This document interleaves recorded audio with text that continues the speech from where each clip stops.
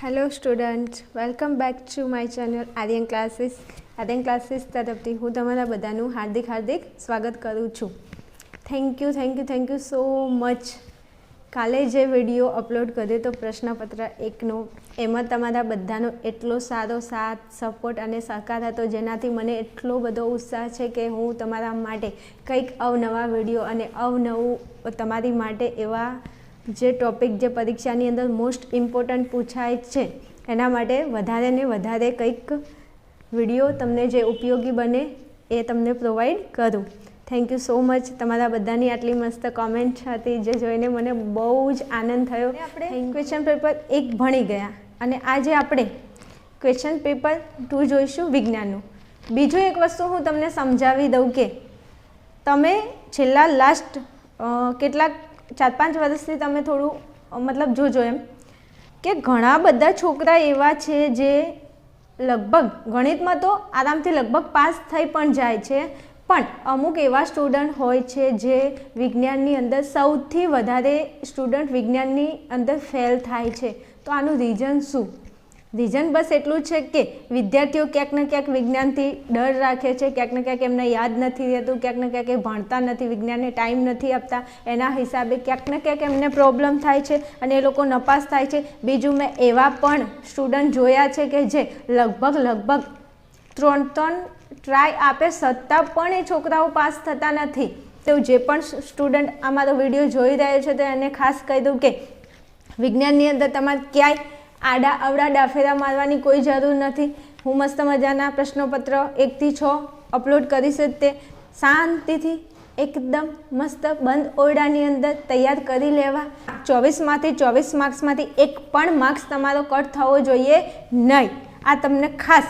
બીજું વિભાગ બી પણ ટાઈમ રહેશે તો આપણે અપલોડ કરીશું, પણ વિજ્ઞાનમાં કોઈ પણ છોકરું નપાસ થવું જોઈએ નહીં અને એ તમારા હાથમાં છે કે તમારે એમાં પાસ થવું કે તમારે એમાં નપાસ થવું. અને જે એવા વિદ્યાર્થી છે કે જે વિજ્ઞાનની અંદર એમને સારું એવું આવડે છે પણ છતાં પણ વિજ્ઞાનની અંદર 80+, 90+ માર્ક્સ લાવવા છે, તો ખાસ વિદ્યાર્થીઓને મારી એક રિક્વેસ્ટ છે કે તમે લોકો વિડીયોની અંદર બન્યા રહેજો. બીજું કંઈક અવનવા એવી ટ્રીક અને એવા કંઈક એવા પોઈન્ટ્સ હશે જેના લીધે તમને કોઈ પ્રશ્ન યાદ નહીં રહેતો હોય તો પણ યાદ રહી જશે. બીજું જો વિડીયોની અંદર તમે આ ચેનલ ઉપર નવા છો તો સૌથી પહેલાં ચેનલને સબસ્ક્રાઈબ કરી લેજો કે 10મા ધોરણના જે પણ સબ્જેક્ટ છે એ દરેક સબ્જેક્ટના વિડીયો આપણે અહીંયા અપલોડ કરતા રહીશું, તો તમને બહુ જ હેલ્પફુલ થશે. ચલો, વિજ્ઞાનમાં પ્રશ્નપત્ર 2 જોઈશું આજે. તો સૌથી પહેલાં તમને અહીંયા વિભાગ એની અંદર સૂચના આપેલી છે. સૂચના જરા ધ્યાનથી વાંચવાની, અને પછી પેપર આપીને આવો, ઘરે જઈને આવીને જુઓ ત્યારે હું તો ભૂલી ગયો, આ તો ખરા ખોટું પૂછ્યું હતું અને મેં એમાં જવાબ ખાલી જગ્યા પૂરી દીધી, તો તને ખબર નથી પડતી. પહેલાં જો ને બરાબર કે પહેલાં ઉપર લખ્યું છે શું. હા, ઇંગ્લિશમાં લખ્યું હોય ને સૂચના તો આપણને ન આવડે, રાઈટ? હા, આ ગુજરાતી વાંચતા તો આવડે, અમુકને એમાંય તકલીફ પડતી હોય, ગુજરાતી નથી આવડતું. હવે આવા છોકરાઓનું કરવું શું? કંઈ નહીં, તમે વિડીયો જુઓ. ચલો, સૂચના મુજબ ઉત્તર લખો. સાચા વિકલ્પો. સૌથી પહેલાં તમને એક વિકલ્પ આપેલો. બીજું, ભણવા બેહો ત્યારે એકદમ શાંતિથી અને મસ્ત મજાથી ભણવા બેસવાનું, ઓલા ઢીલા પચું નહીં બેસવાનું હો. હા, એમ. ચલો, જો જલીય દ્રાવણો A, B, C અને Dની pH અનુક્રમે 1.9, 2.5, 2.1 અને 3.0 હોય તો એસિડિકતાનો ક્રમ શું થશે? હવે અહીંયા તમને સવાલ પૂછ્યો છે એસિડિકતા. શું પૂછ્યું? એસિડિકતા. હવે પહેલાં એ તો ખબર હોવી જોઈએ ને કે એસિડિકતા એટલે શું. ચેપ્ટર વ્યવસ્થિત ભણ્યા હોય તો આપણને ખબર હોય, જો ના ભણ્યા હોય તો પછી તકલીફ પડે. તકલીફ ના પડે એના માટે આપણે અહીંયા હું તમને થોડું મસ્ત મજાનું સોલ્યુશન સમજાવું, થોડું ધ્યાન આપજો. જો અહીંયા देखो इधर आजू बाजू में डाफिरा मत मारो, और गुजराती के साथ हिंदी और इंग्लिश फ्री में मिलेगा. ओके. बीजू खास विडियो जोता हो तो पहला विडियो ने पॉज करो અને જઈને ફટાફટ પહેલાં વિડીયો લાઇક કરતા હો.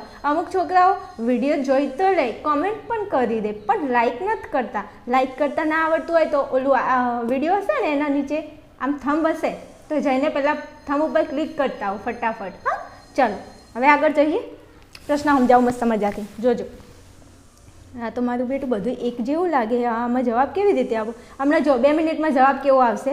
ખાસ સૌથી પહેલાં તમને પીએચ વિશે થોડી ઘણી ખબર હોવી જોઈએ કે પીએચ, હવે પીએચ માપક્રમ પર એનો કંઈક માપક્રમ હોય, એ માપક્રમ કંઈક આવું હોય 0 થી 7 અને 7 થી 14. આ તો ખબર હશે ને, 0 થી 7 અને 7 થી 14. ચલો તમને એક વસ્તુની ખબર છે કે જેમ જેમ તમે 7 થી 0ની તરફ આવો ત્યારે એસિડિકતા વધે. શું થાય? એસિડિકતા વધે. અને જેમ જેમ તમે 7 થી 14 તરફ જશો તો ત્યાં શું થશે? બેઝ વધે. આટલું તો તમને ખ્યાલ હશે. હવે એક વસ્તુ, અહીંયા આપણને એસિડિકતા પૂછ્યું છે તો આપણે બેઝમાં જફામારીમાં પડવાની કોઈ જરૂર નથી. હાલ આપણે શેના ઉપર ફોકસ કરશું? એસિડિકતાના ક્રમ ઉપર. હવે જો એક વસ્તુ સમજાવી દઉં, જેની પીએચ 7 હોય એ તટસ્થ કહેવાય, 7 થી વધુ હોય એ બેઝ પદાર્થ કહેવાય, અને 7 થી જેમ જેમ તમે 0ની સામે આવો, 7 થી 0ની વચ્ચે જેની પીએચ હોય એને એસિડિક કહેવાય. હવે એક વસ્તુ બીજું સમજાવી દઉં કે 7 પછી કોણ આવે? 6 આવે. 6 પછી આવે 5, 5 પછી આવે 4, 4 પછી આવે 3, અને 3 પછી 2, પછી 1. આ તો તમને ખબર જ હશે. એકચ્યુઅલી આમાં તમને કહેવાની કોઈ જરૂર નહીં. ને કેમ ના કહેતા કે બેન એકડી ભણાવવા બેઠા, એકડી નથી ભણાવતી, હું તને પ્રશ્નનો જવાબ કેમ લાવું ને એમ શીખવાડું, જે તમે નહીં શીખતા એમ. એટલા માટે તો તમને જવાબ આવડતો નહીં, પછી ગોખવું પડે, ગોખો એટલે ડખા થાય, ડખા થાય એટલે પ્રશ્ન ખોટો પડે, ખોટો પડે એટલે તમે નપાસ થાવ. રાઈટ? હવે જુઓ, 7 કરતાં 6ની પીએચ કેવી હશે? અરે હા, 7 કરતાં 6 કેવું હશે? વધારે એસિડિક. 6 કરતાં 5 વાળું જે જલીય દ્રાવણ હોય એ કેવું હશે? વધુ એસિડિક. 5 કરતાં 4 વાળું જલીય દ્રાવણ વધુ એસિડિક. 4 કરતાં 3 વાળું જલીય દ્રાવણ વધારે એસિડિક. અને 3 કરતાં 2 વધારે એસિડિક, 2 કરતાં 1 વધારે એસિડિક. સમજી ગયા? જેમ જેમ તમે 7 થી નીચે ઉતરતા જાઓ એમ એમ એસિડિકતા વધે. હવે અહીંયા તમને પ્રશ્નની અંદર શું કહ્યું છે? એકવાર પ્રશ્ન ખાલી જુઓ. અહીંયા તમને જો આપણને અહીંયા, ચલો અહીં સમજાવું. જો અહીંયા એની પીએચ તમને કેટલી કહી છે? 1.9. પછી બી, ચલો જો બીની પીએચ તમને કેટલી કહી છે? 2.5. ઓકે. પછી સીની પીએચ તમને 2.1 અને ડી દેખાય છે ને બરોબર? હા, 1 મિનિટ. હા, ઓકે ડન. ચલો, અને ડીની પીએચ તમને શું કહી છે? ડીની પીએચ તમને 3.0. હવે તમારે પ્રશ્નનો જવાબ લાવવા માટે કશું જ કરવાનું નથી. આ 4 પહેલાં તમને એના ક્રમ વાઇઝ ગોઠવી દો. હવે જો સૌથી પહેલાં 7 પછી 6 આવે, 6 પછી 5 આવે, 5 પછી 4 આવે. હવે આમાં સૌથી પહેલાં 4 પછી કોણ આવશે? 3. તો સૌથી પહેલી પીએચ આવશે 3.0, એ ડીમાં છે. ઓકે. પછી ડી પછી કોણ આવશે? 3.0ની પછી કોણ આવશે? તો આવશે 2.5. તો લખો 2.5. અહીંયા આવશે બી. પછી 2.5 પછી નીચે આવો તો શું આવશે? 2.1. 2.1 એટલે સી આપણો. અને અહીંયા છેલ્લે વધુ 1.9 એ આપણો એ થઈ જશે. હવે જો ડી કરતાં બી વાળું જે જલીય દ્રાવણ છે એ વધારે એસિડિક, બી કરતાં સી વાળું જલીય દ્રાવણ વધારે એસિડિક, અને સી કરતાં એ વાળું જલીય દ્રાવણ વધારે એસિડિક. હવે એક વસ્તુનું મગજમાં, માઇન્ડમાં તમે ફિટ કરી નાખો કે જેની સામે મોઢું ફાટતું હોય એ મોટું, ડી નાનો, બી મોટો, પછી અહીંયા સી મોટો અને અહીંયા એ મોટો નહીં વધારે. સમજે ને? આપણે અહીંયા એસિડિકતાનો ક્રમ જોઈએ એટલે વધુ ઓછું આવશે. ઓકે. હવે જો આપણને એ વસ્તુ મગજમાં તમે નાખી દો. પહેલાં તો શું આપણે ક્રમ બરોબર લાવી દીધો. તમે એકવાર જોઈ લો કે અહીંયા જે આપણે ક્રમ લખ્યો તો 0 થી 7 વચ્ચે એ બધું કમ્પ્લીટ જ છે. હવે ACBD ક્રમ થઈ ગયો. હવે જો આમાં અને આમાં હાલ નહીં પડવાનું. પહેલાં એક અહીંયા ચેક કરો તો એ પછી સી આવવો જોઈએ. તો અહીંયા આ બંને તમે ચેક કરો. પહેલાં એ પછી સી છે, અહીંયા જો એ પછી બી, તો આ બે તો આવે જ નહીં, આ પણ ન આવે. તો 2 ઓપ્શન તો એમને એમ નીકળી ગયા. હવે વધ્યું શું? વધ્યા 2, એ અને સી. હવે આની અંદર જુઓ એ પછી સી અહીંયા પણ છે, એ પછી સી અહીંયા પણ છે. વાત હાસી તમારી 100%. પણ તમે એક વસ્તુ મગજમાં નાખો કે ડી કરતાં બી વધારે. હવે અહીંયા જુઓ, ડી કરતાં બી ઓછો કીધો છે, દેખાય છે. અહીંયા બી કરતાં ડી વધારે કીધું. ના, આપણે ડી કરતાં બી વધારે હોવું જોઈએ. તો અહીંયા આ ઓપ્શનની અંદર તમે જુઓ કે ડી કરતાં બી વધુ, બી કરતાં સી વધુ, સી કરતાં એ વધુ. તો આપણો જવાબ આવશે સી. વાતમાં મગજ ગયું કે મગજમાં વાત ગઈ? એક વાર કોમેન્ટમાં જણાવજો કે મગજમાં વાત ગઈ કે ના ગઈ. ગઈ? હા, જાવી જ જોઈએ. હું તમને ભણાવું છું, તમે મારી જોડે ભણો છો, ટેન્શન નહીં લેવાનું. બસ તમે ખાલી ભણો. હું કહું એટલું કામ કરો. વિજ્ઞાનની અંદર તોડ ફોડ કે માર્ક્સ લાएंगे, તોડ ફોડ કે નહીં, લીક કર માર્ક્સ લાएंगे. ઓકે ના? ઓકે, ચલો પ્રશ્ન નંબર 2. જ્યારે પ્રશ્ન બદલાય ત્યારે તમારી એનર્જી પણ બદલાઈ જવી જોઈએ. હા, એમ માઇક આંગલાની જેમ નહીં બેસવાનું.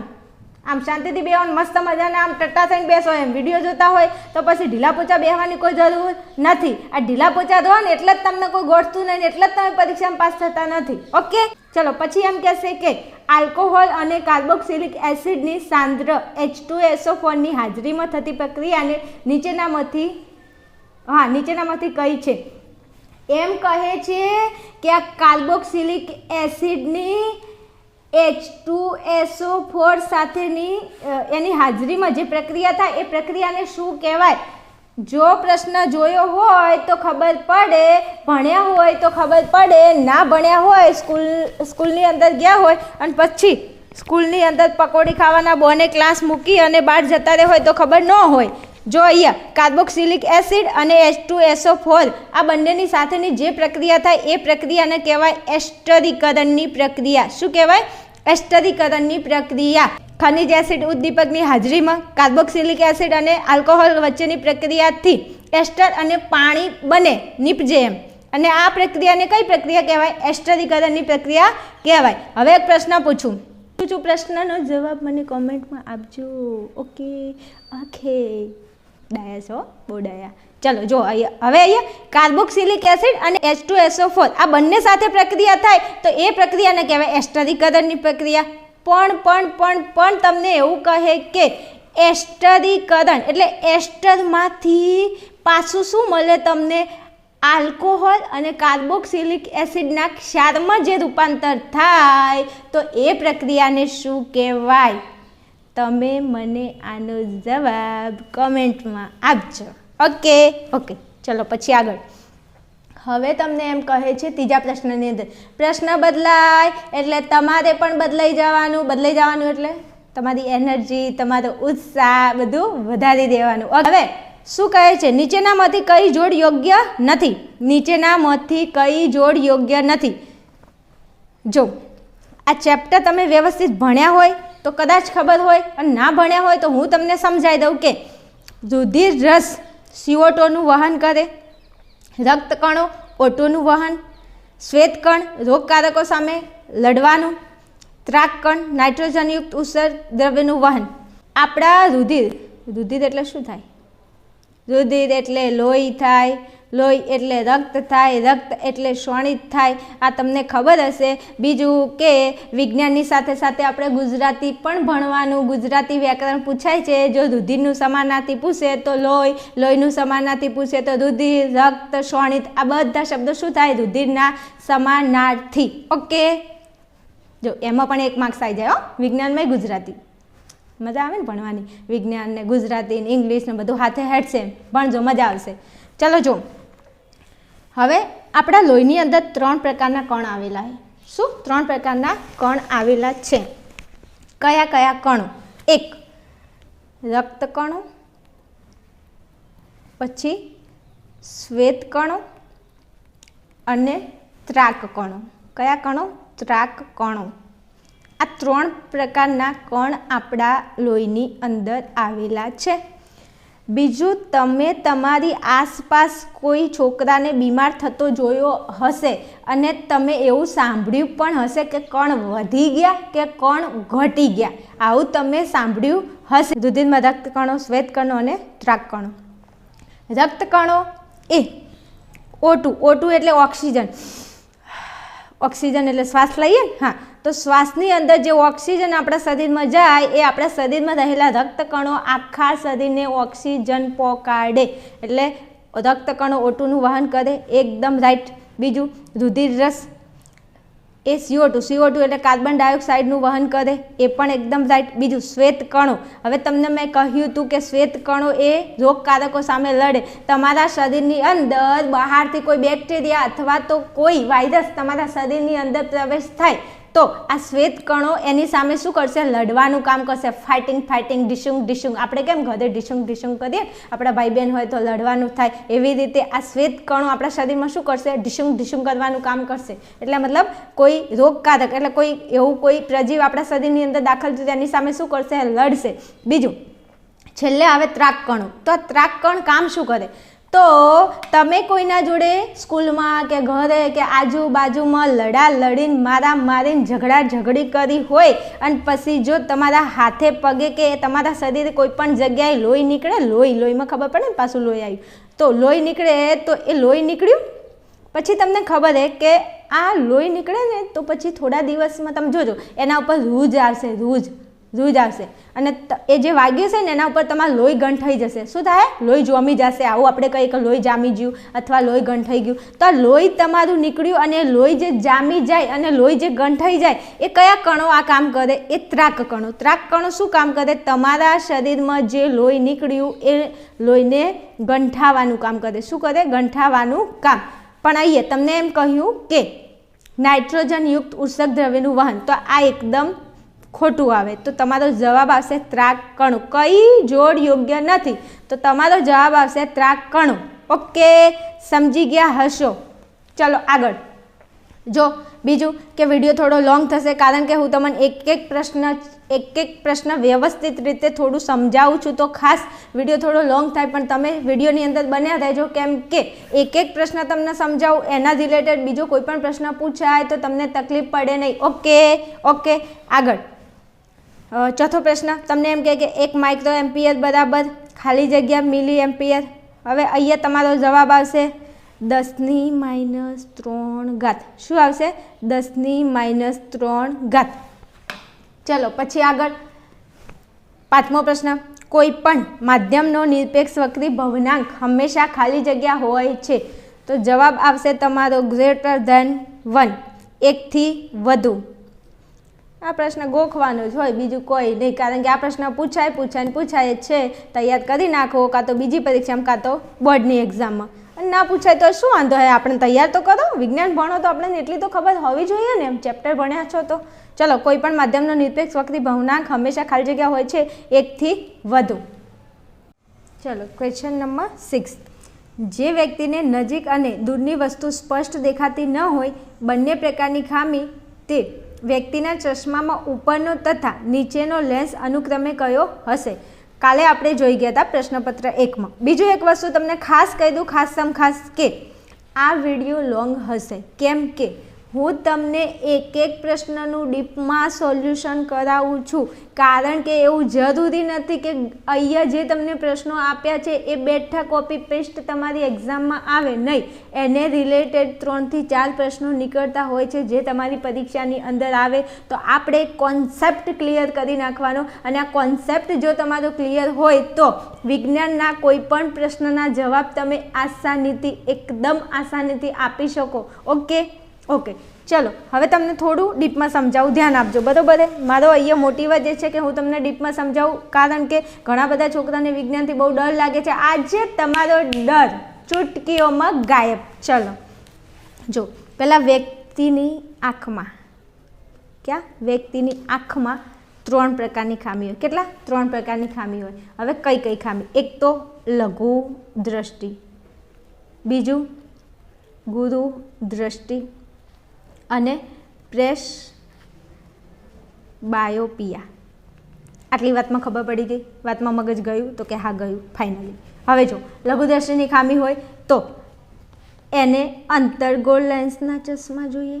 કયા લેન્સના? અંતર્ગોળ લેન્સના ચશ્મા જોઈએ.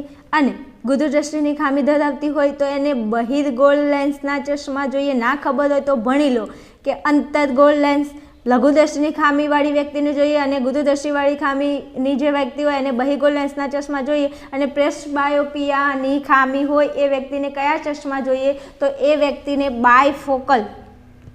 બાયફોકલ લેન્સના ચશ્મા જોઈએ. ઓકે, હવે જો થોડું ડીપમાં સમજો કે લઘુદ્રષ્ટિની ખામીની જે વ્યક્તિ હોય એને દૂરનું જોવું પડે, એને નજીકનું દેખાય પણ એને દૂરનું ના દેખાય, તો આ અંતર્ગોળ લેન્સના ચશ્મા એ પહેરે શું કરવા? દૂરનું જોવા માટે. ઓકે, દૂરનું જોવા. હવે જે ગુરુદ્રષ્ટિની ખામી ધરાવતી વ્યક્તિ હોય તો ગુરુદ્રષ્ટિની ખામી ધરાવતી વ્યક્તિ બહિર્ગોળ લેન્સના ચશ્મા પહેરે. શું કામ? એટલા માટે ચશ્મા પહેરે કે એને નજીકનું દેખાય. ક્યાંનું? નજીકનું દેખાય. જો તમે આ તફાવત એકદમ તૈયાર કર્યો હોય ક્લિયર એન્ડ કટ તો તમને આ પ્રશ્નનો જવાબ આપતા આવડે, બાકી તમે આમાં ગોટાળે વેટાળે ચડી જાઓ. ચલો હવે જોજો પ્રશ્નનો જવાબ કેવી રીતે આવે. એક વસ્તુ આપણને ખબર કે અહીંયા તમને બહિર્ગોળ આપેલું, જો આ તો કોઈ જગ્યાએ આવે નહીં. કેમ ન આવે? બહિર્ગોળ આવે જ નહીં, કારણ કે લઘુદ્રષ્ટિમાં અંતર્ગોળ, ગુરુદ્રષ્ટિમાં બહિર્ગોળ, તો બહિર્ગોળ આવે જ નહીં, તો એ ગયું. પછી અહીંયા અંતર્ગોળ આવે, ગતું ના આવે. કેમ ન આવે? કે જો અહીંયા અંતર્ગોળ અને અંતર્ગોળ બંને લેન્સ એક સાથે ના જ આવે એમ. બીજું હવે વધ્યું શું? અંતર્ગોળ બહિર્ગોળ અંતર્ગોળ. તો આમે આપણે આ પ્રશ્નની અંદર આ બંને ઓપ્શનમાં પછી એવું કરવાનું થાય કે જય માતાજી, આ આપણો જવાબ. એવું ના થાય, પહેલાં કોન્સેપ્ટ તમારો ક્લિયર હોવો જોઈએ. અહીંયા જો મસ્ત મજાનું સોલ્યુશન પડ્યું છે. જો અહીંયા તમને એમ કીધું કે ચશ્મામાં ઉપરનો લેન્સ, તો ઉપરનો લેન્સ તથા નીચેનો લેન્સ. હવે હું એમ કહું કે નીચેનું જોવા માટે તમારે નજીક જોવું પડે અને દૂરનું જોવા માટે તમારે ક્યાં જોવું પડે? ઉપરની સાઈડ થોડું જોવું પડે. તો જો દૂરનું જોવા માટે અંતર્ગોળ લેન્સ અને નજીકનું જોવા માટે બહિર્ગોળ લેન્સ. તો અહીંયા નીચેનો લેન્સ એટલે નજીકનું દેખાય બહિર્ગોળ, ઉપરનો લેન્સ દૂરનું દેખાય તો અંતર્ગોળ. તમારો જવાબ આવશે એ ફોર એપલ, અંતર્ગોળ બહિર્ગોળ. સમજી ગયા? થોડી ખબર પડી હશે. વધારે ડીપમાં સમજાવું હું, થોડું ધ્યાન આપી અને ભણજો. ઓકે, ચલો પછી આપણને એવું કહ્યું છે કે શું કહ્યું છે? ખાલી જગ્યા પૂરો. શું પૂરો? ખાલી જગ્યા પૂરી નાખીએ. ચલો, બેન્ઝીનનું અણુસૂત્ર આપો. શું કહ્યું છે? બેન્ઝીનનું અણુસૂત્ર લખો, ખબર હોવી જોઈએ. C6H6. C એટલે કાર્બન અને H એટલે હાઇડ્રોજન. કાર્બન કેટલા? હાઇડ્રોજન કેટલા? Carbon 6, hydrogen 6. ઓકે, ચલો આગળ. 8મો પ્રશ્ન શું કહેવા માંગે છે? પ્રશ્ન બદલાય એમ તમારી એનર્જી પણ બદલાવી જોઈએ. આહા, આવડે છે, મજા આવે છે ભણવાની.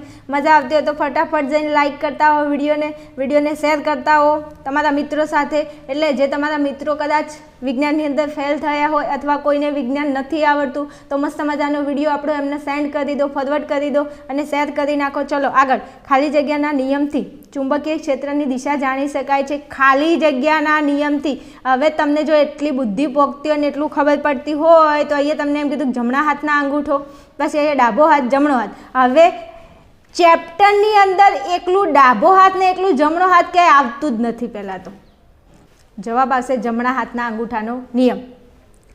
હા, જમણા હાથના અંગૂઠાનો નિયમ અને ડાબા હાથના અંગૂઠાનો નિયમ, એવો નિયમ આવે છે, પણ અહીંયા જમણો હાથ ડાબો હાથ નહીં. જવાબ આવશે જમણા હાથના અંગૂઠાનો નિયમ. ઓકે, આગળ. 9મો પ્રશ્ન. ખોરાક અને ઓક્સિજનને એક સ્થાનથી બીજા સ્થાન સુધી લઈ જવા માટે ખાલી જગ્યા તંત્રની જરૂર પડે. જો ઓક્સિજન અને ખોરાકને આપણા શરીરની અંદર કોણ લઈ જાય? કયું તંત્ર લઈ જાય? તો જો અંતઃસ્રાવી, આ તો કોઈ તંત્ર છે જ નહીં. હા, હવે વધ્યું પરિવહન અને ઉત્સર્જન. તો ઉત્સર્જન એ શું? ઉત્સર્જન તંત્ર કામ શું કરે? તો ઉત્સર્જન તંત્ર આપણા શરીરની અંદર લોહીનું શુદ્ધિકરણ કરવાનું કામ કરે છે. ખબર છે? તો કે હા. તો હવે વધ્યું ખાલી પરિવહન, તો જવાબ આવશે પરિવહન તંત્ર. રેડી? આગળ. 10મો ક્વેશ્ચન. ખાલી જગ્યા વૈજ્ઞાનિકે આનુવંશિકતાના મુખ્ય નિયમો પ્રસ્તુત કર્યા છે. ખાલી જગ્યા વૈજ્ઞાનિકે આનુવંશિકતાના મુખ્ય નિયમો પ્રસ્તુત કર્યા છે. હવે જો આ ચેપ્ટર તમે લોકો ભણ્યા હોય સ્કૂલમાં કે તમને ખબર હોય તો આનુવંશિકતા નામના ચેપ્ટરમાં એક જ એવા વૈજ્ઞાનિકનું નામ આવે છે. ડાર્વિન ન આવે, નામ જ નથી આવતું. એમ કોપરનિક્સ નામ નથી આવતું. એક જ નામ આ ચેપ્ટરની અંદર આવે તો તમારો જવાબ થશે મેન્ડલ. રેડી? ઓકે, આગળ. ગોલીય અરીસાનું. ગોલીય અરીસાનું મુખ્ય કેન્દ્ર તેના ધ્રુવ અને ખાલી જગ્યાને જોડતી રેખાનું મધ્યબિંદુ હોય છે. હું અહીંયા એક ડાયાગ્રામ બનાવી દઉં, થોડું ધ્યાન આપજો. અહીંયા આપણે એક રેખા બનાવી દઈએ. હવે રેખાનું આ જે બિંદુ છે એને કહેવાય પી. પી એટલે આપણું થશે ધ્રુવ પોલ, પી ધ્રુવ. બીજું મુખ્ય કેન્દ્રને શું કહેવાય? મુખ્ય કેન્દ્રને એફ કહેવાય. એ ક્યાં હોય? અહીંયા હોય એફ, અને અહીંયા ખાલી જગ્યાને જોડતી તો અહીંયા આ સીને શું કહેવાય? વક્રતા કેન્દ્ર. તો આપણો તમારો જવાબ અહીંયા આવશે સી. કેમ ખબર છે? કારણ કે ઓ એ લગભગ ક્યાંય અંદર આવતું નથી. એફ એટલે આપણું મુખ્ય કેન્દ્ર થઈ જાય. તો હવે વધ્યું શું જવાબમાં? કંઈ નહીં, તમારો સી. સી એટલે તમારો જવાબ આવશે. રેવડી રેવડી? હાલો, ક્યાં હાલવું છે? ચલો. વિદ્યુત તાર ઉપર ખાલી જગ્યાનું અસ્તર લગાડેલ હોય છે. વિદ્યુત તાર. જવાબ અહીંયા તમારો આવશે પીવીસી. શું આવશે? પીવીસી. આપણનો આવે, આપણને આવે. જવાબ આવશે પીવીસી. ચલો આગળ. વિધાનો ખરા છે કે ખોટા તે લખો. વિધાનો ખરા છે કે ખોટા તે લખો.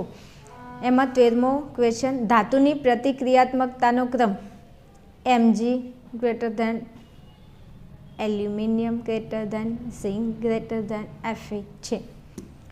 તો ત્રીજા ચેપ્ટરની અંદર એક સક્રિયતા શ્રેણી, જેને પ્રતિક્રિયાત્મકતા શ્રેણી પણ કહેવાય અને એને સક્રિયતા શ્રેણી પણ કહેવાય, એની અંદર તમને જે શ્રેણી આપેલી છે એ શ્રેણી અહીંયા તમને આપેલી છે, બરાબર. તો મેગ્નેશિયમ એલ્યુમિનિયમ કરતાં વધારે સક્રિય હોય, એલ્યુમિનિયમ ઝિંક કરતાં વધારે સક્રિય હોય, અને ઝિંક એ આયન એટલે લોખંડ કરતાં વધારે સક્રિય હોય છે. તો આ સક્રિયતા શ્રેણી એકદમ સાચી છે. તમારો જવાબ આવશે આ ખરું છે. વિધાન કેવું છે? ખરું છે. આગળ. સિફિલસ STD છે. મતલબ આ સિફિલસ એ STD છે. તમે ચેપ્ટરની અંદર એકવાર થોડી નજર નાખજો કે અમુક જાતીય સંબંધોના કારણે અમુક બેક્ટેરિયલ ઇન્ફેક્શન અને વાયરલ ઇન્ફેક્શનના લીધે અમુક રોગ થાય છે. તો સિફિલસ એ શું છે? એક રોગ છે, અને એ એવો રોગ છે જે જાતીય સમાગમ દરમિયાન થાય છે. તો આ તમારો જવાબ આવશે સાચું, મતલબ ખરું એમ. ઓકે, ચલો આગળ. આંખના ડોળાનો વ્યાસ 2.3 સેન્ટીમીટર હોય છે. આ પણ આવશે ખરું. તમારે આમ ખરું નહીં કરવાનું, તમારે આમ લખવાનું ખરું. રેડી? આગળ. 16મો ક્વેશ્ચન. પાણીની ગેરહાજરીમાં HClના અણુઓમાંથી H+ આયનનું અલગીકરણ થતું નથી. હવે પાણીની અંદર, પાણી એટલે પહેલાં પાણીનું અણુસૂત્ર H2O. રેડી? હવે પાણીની અંદર H એટલે હાઇડ્રોજન. પાણીની ગેરહાજરીમાં જો પાણી હોય જ ના તો H+ આયનનું અલગીકરણ થતું નથી. તો વાત સાચી જ છે. પાણી હોય જ નહીં તો H2 આયનનું અલગીકરણ કેવી રીતે થાય? તો અહીંયા તમારો જવાબ આવશે ખરું. શું આવશે? ખરું. આગળ. પછી નીચે આપેલા પ્રશ્નોના માંગ્યા મુજબ જવાબ લખો. હવે તમને એમ કહે છે કે આ પ્રશ્નોના તમારે માંગ્યા મુજબ જવાબ આપવાના છે. જવાબ આપી દઈએ એકદમ. કાલે આપણે પ્રશ્નપત્ર 1 જોઈ ગયા. એની અંદર તમને એક પ્રશ્ન આપેલો હતો અંતઃસ્રાવનો. એની અંદર જવાબ આવતો હતો ઇન્સ્યુલિન. મેં તમને એમ પણ કહ્યું હતું કે આ એક કોઠો છે જે તમારે તૈયાર કરી નાખવાનો છે કે અંતઃસ્રાવ અને આ અંતઃસ્રાવ શું કામ કરે છે. અહીંયા તમને પ્રશ્ન એમ કહ્યો છે કે શરીરની વૃદ્ધિ માટે ચયાપચયનું નિયમન કયા અંતઃસ્રાવ દ્વારા થાય છે. જો આ કોઠો વ્યવસ્થિત તૈયાર કર્યો હોય તો તમને આનો જવાબ આસાનીથી આવડે. આનો જવાબ આવશે થાઇરોક્સિન. જવાબ શું આવશે? થાઇરોક્સિન. હવે એક ક્વેશ્ચન આપું છું જે તમારા કોમેન્ટ્સની અંદર એનો જવાબ મને જણાવવાનો છે. શું? તો કે થાઇરોક્સિન અંતઃસ્રાવ કઈ ગ્રંથિમાંથી રિલીઝ થાય? કઈ ગ્રંથિ? તમે ગ્રંથિનું નામ મને કોમેન્ટની અંદર અવશ્ય જણાવજો. હું તમારી કોમેન્ટની બહુ આતુરતાથી રાહ જોઉં છું. અને વિજ્ઞાનની અંદર ખબર પડતી હોય તો જરા સારી એવી મસ્ત મજાની કોમેન્ટ મારી દેજો કે અમને એકદમ મસ્ત મજાની બહુ મજા આવે છે વિજ્ઞાનની અંદર ભણવાની. વિજ્ઞાનમાં પહેલાં કરતાં કંઈક વધારે અલગ ખબર પડે છે. જો અલગ ખબર પડતી હોય તો વ્યવસ્થિત કોમેન્ટ તમારી આવવી જોઈએ. હું રાહ જોઉં છું. આગળ પ્રશ્ન તમને એવું કહે છે કે માતાના શરીરમાં ગર્ભસ્થ ભ્રૂણ શાના દ્વારા પોષણ પ્રાપ્ત કરે છે? જ્યારે સ્ત્રી ગર્ભવતી હોય ત્યારે ગર્ભની અંદર જે બાળક હોય એને પોષણ શેના દ્વારા પ્રાપ્ત થાય? તો એક એવી રચના હોય છે નાસપતિ આકારની રકાબી આકારની રચના હોય છે, ખબર હોય તો, જેનું નામ છે જરાયુ. જટાયુ નહીં હો, હા તમે ક્યાંયથી લાવતા નહીં જટાયુ. જવાબ આવશે જરાયુ. માતાના શરીરમાં ગર્ભસ્થ ભ્રૂણ શાના દ્વારા પોષણ પ્રાપ્ત કરે છે? તો જવાબ આવશે જરાયુ. ઓકે, આગળ 19મો પ્રશ્ન તમને એવું કહેવા માંગે છે, કંઈક કહેવા માંગે છે, પૂછો તો ખરા. નીચેનામાંથી બંધ બેસતી ના હોય તેવી જોડ શોધીને લખો.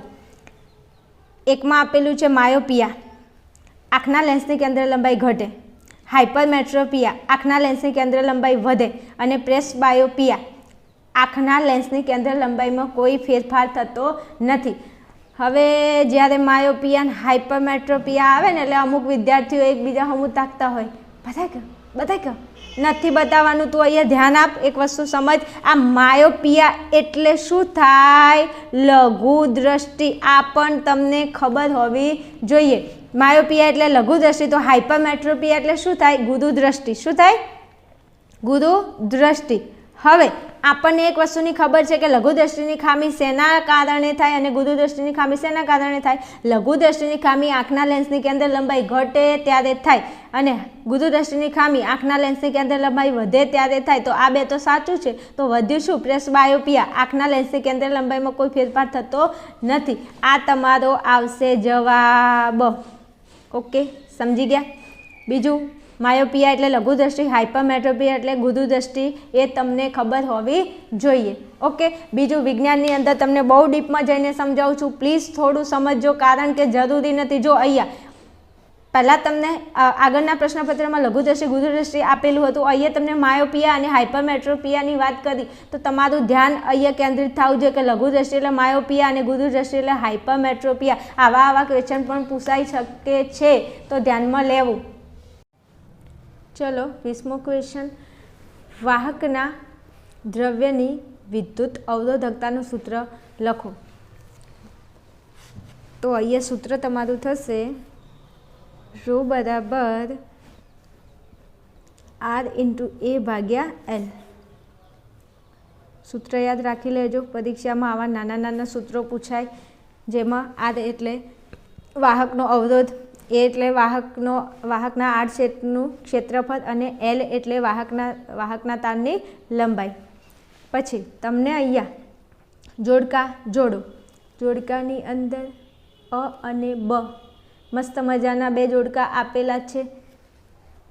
માસિક સ્ત્રાવ, ક્વેશ્ચન 21માં માસિક સ્ત્રાવ અને 22માં રજો નિવૃત્તિ. માસિક સ્ત્રાવની એક આખા પ્રશ્નની ટૂંક નોંધ પૂછાય છે, તો ખાસ માસિક સ્ત્રાવ વિશેની જે ટૂંક નોંધ 3 માર્ક્સમાં પૂછાય એને તમારે તૈયાર કરી લેવાની. તો આ બે પ્રશ્નોના આન્સ તમે આરામથી આપી શકો. માસિક સ્ત્રાવ એની અવધિ કેટલી હોય? 2 થી 8 દિવસની. માસિક સ્ત્રાવની અવધિ 2 થી 8 દિવસની. બીજું, સૌ પ્રથમ જ્યારે માસિક સ્ત્રાવ થાય ત્યારે છોકરીની ઉંમર 10 થી 12 વર્ષની હોય. બીજું, અને અહીંયા પ્રશ્ન છે રજો નિવૃત્તિ. રજો નિવૃત્તિ એટલે જ્યારે માસિક સ્ત્રાવ બંધ થઈ જાય, કેટલા વર્ષે? 45 વર્ષે. પ્રથમવાર માસિક સ્ત્રાવ થાય એને કહેવાય રજો દર્શન. આ પણ પ્રશ્ન પૂછાય કે પ્રથમવાર માસિક સ્ત્રાવ થાય એને કહેવાય રજો દર્શન. અને જ્યારે માસિક સ્ત્રાવ બંધ થઈ જાય, શું થાય? બંધ થઈ જાય ત્યારે એને કહેવાય રજો નિવૃત્તિ. જેમ કોઈ શિક્ષક ભણાવતા હોય અને પછી એ રિટાયર્ડ થાય, નિવૃત્ત થાય, એવી રીતે જેમ માસિક સ્ત્રાવ બંધ થાય ત્યારે તેને કહેવાય રજો નિવૃત્તિ, અને પ્રથમવાર માસિક સ્ત્રાવ થાય એને કહેવાય રજો દર્શન. આ બે શબ્દોનું ખાસ ધ્યાન રાખજો. રજો નિવૃત્તિ 45 વર્ષ પછી, અને પ્રથમવાર માસિક સ્ત્રાવ થાય એને કહેવાય રજો દર્શન. માસિક સ્ત્રાવની જગ્યાએ તમને આ પણ શબ્દ આપે, ઋતુસ્ત્રાવ. ઓકે, માસિક સ્ત્રાવ ઋતુસ્ત્રાવ બંનેનો મતલબ એક જ થાય, ખાસ ધ્યાનમાં રાખી લેવું. આગળ અ અને બ, ફરી પાછું એક મસ્ત મજાનું જોડકું અહીંયા આપી દીધું છે.